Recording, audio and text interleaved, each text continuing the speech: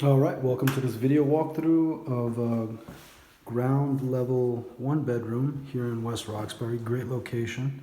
All right, so it's hardwood floors throughout. This is the bedroom. We have a sliding door closet right there.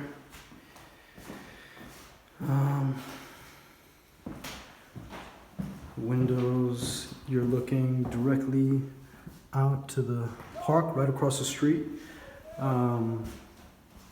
Yeah, the heating in the ceiling.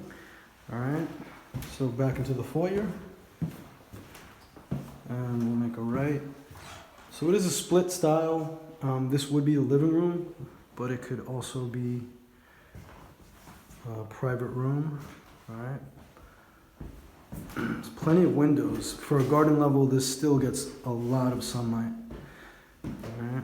So there's the door you can use, as I said, living room, but you have a door right there to partition it and make it private. Closet right here in the foyer. Bathroom. They're still doing a little bit of work, as you can see. A few repairs here and there. Okay.